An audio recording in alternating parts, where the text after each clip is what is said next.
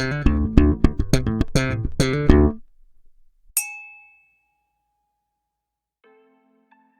my friends, and welcome to another whiskey review with me, the Whiskey Novice. Thank you for joining me. Now, I did say whenever I kicked off on this sort of series of reviews of me looking at distilleries that I hadn't yet touched upon, that we wouldn't just be talking Scotland here. We're not just focusing on Scotch whiskey, but you were looking at Irish and English as well, probably. So with that in mind, Ireland, and this Boann distillery in Drogheda, just over the border into the south of Ireland, is a distillery which I haven't touched upon yet. Now, they were established, let's look at Boann, established 2016 by Pat Cooney, as I said, in Drogheda. They, like a lot of the newer Irish distilleries, were releasing a sourced whiskey, and it was under the Whistler name that the sourced Boann whiskey comes. And you'll still find, they're still releasing whiskies under the Whistler name. But then in 2024, late 2024, they released their own pot still whiskies, a trio of pot still whiskies, all in one release. And this is one of them. This is one of those pot stills that I'm reviewing here. So it's a young pot still. And this one was the one that it was suggested to me by the whiskey community, my friends throughout there, that if you were going to pick one of that trilogy, to pick the PX finished one. So that's what I've done. That's exactly what I've done.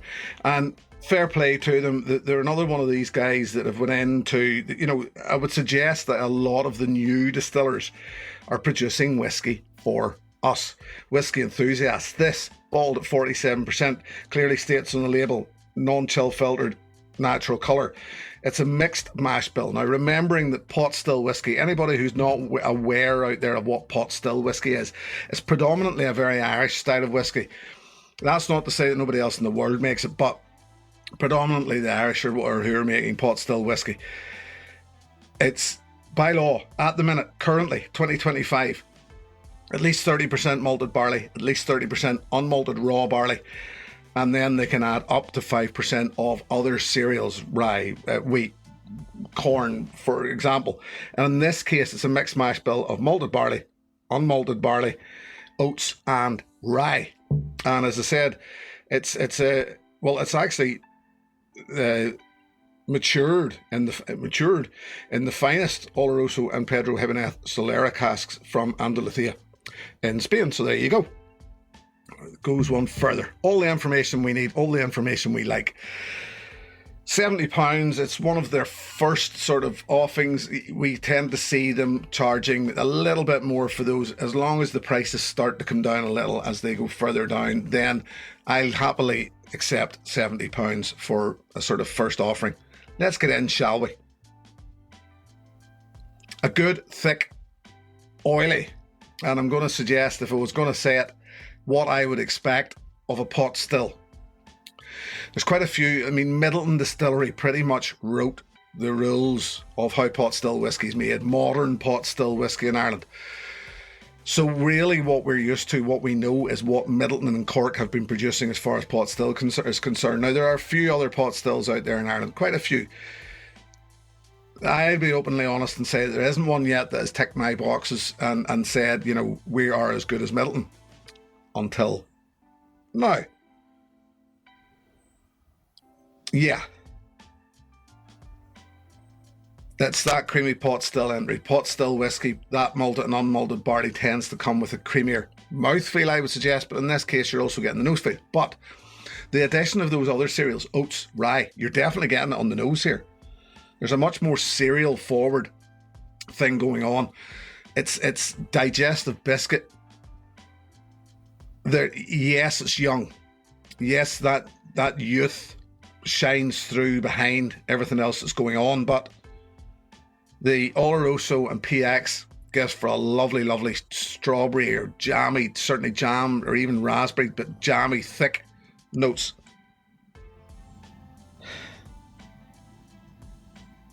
All the while, those different cereals playing in here, and it's lovely to be able to, for them to stand out.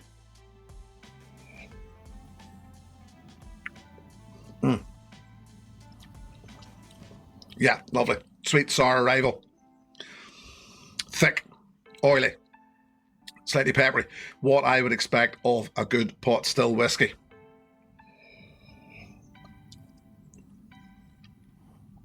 There's a slightly fresh, sharp, almost mint-like, spearmint-like right at the back of the palate, just there in the moor.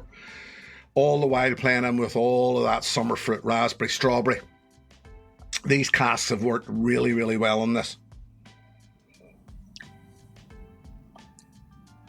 And yes, those other cereals are coming into this as well. I like this a lot. I really do like this a lot. There's so much going on in this.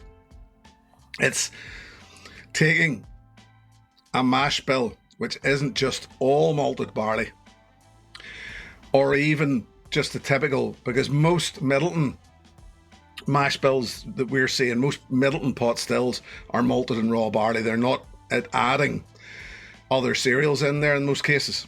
So what we know, Redbreast, Powers, the Spot series, etc., they are generally malted barley and unmalted barley.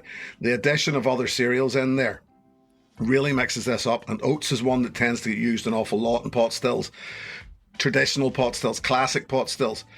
So it'll be interesting to see how these things go forward, and it balances out so well with these with those casks, those sherry casks, because there's a lovely bright fruity note with this, but all of that earthiness of the cereal is playing about in the background. So oatmeal, and as I said, digestive biscuit, lovely, long, rich finish, just slightly peppery at the back of the palate, which a good pot still should be, as I already said. And that finish goes on and dark, and the darker fruits of the Oloroso then start to come through. The darker notes of the Oloroso start to come through. I like it a lot. I really do. So let's see then what a little splash of water does.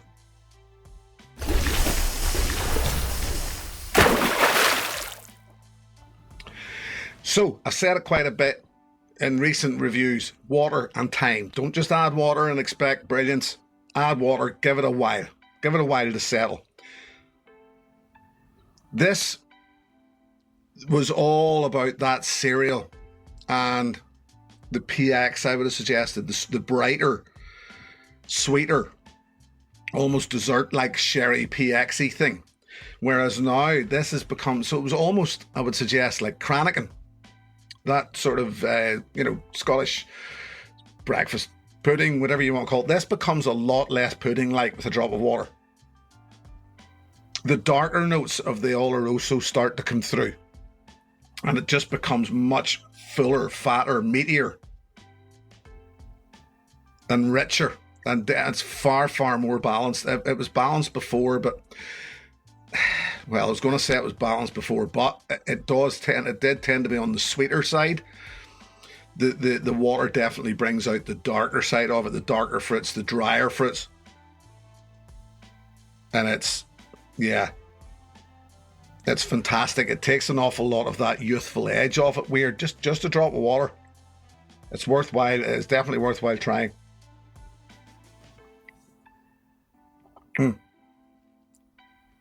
The palate matches that. The darker notes, the dried fruit notes really start to shine through, and it just becomes almost, I would suggest, a different whiskey.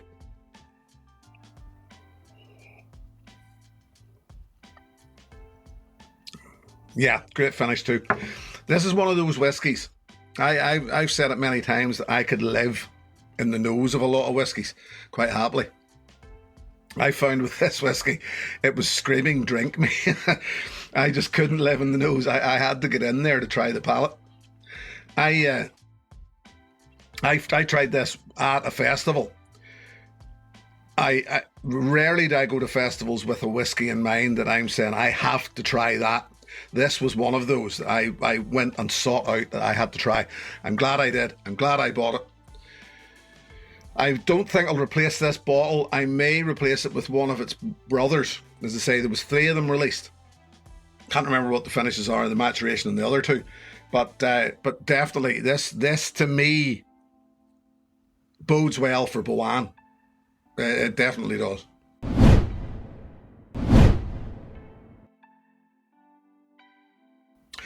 So with all that in mind, what would I suggest as an alternative? Well, really, to be honest with you, I think there was one really that I could pretty much pick from.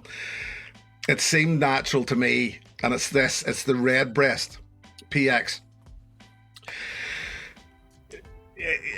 Now, Redbreast PX, a good whiskey, don't get me wrong, a good pot still, yes. I'll take the Boann, thanks. I would genuinely take the Boann over the Redbreast. So this is actually why I said it earlier on, that Middleton to me making the best pot still whiskey in Ireland. Okay. Until now, these guys like this are going to compete very strongly for pot still whiskey, and they're not alone. The Shed Distillery's putting out a good pot still whiskey.